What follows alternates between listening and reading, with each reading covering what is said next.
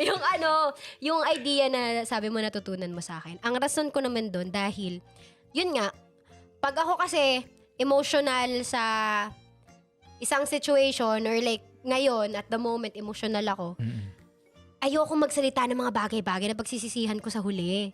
Pagsisisihan ko kinabukasan. So, sinasabi ko na lang sa'yo na bigyan mo akong oras, ayoko mo nang kumausap. Diba? Nagkaroon ng time sa ating dalawa na kinailangan pa kitang pilitin eh. Nag-away pa tayo na, hindi, kailangan ako ayoko nga, kakausapin kita, pero bigyan mo ako nilang oras. Totoo. Kasi ganun ako as a person. Na Natutunan ko rin naman sa'yo yun. dami akong kuda. Na pagsisisihan ko sa dulo. Kumbaga, kapag may masabi akong mali, imbis na isa lang ang isosorry ko sa'yo, yung pinaka-pinag-uwayan natin, dadami yung sorry ko sa'yo.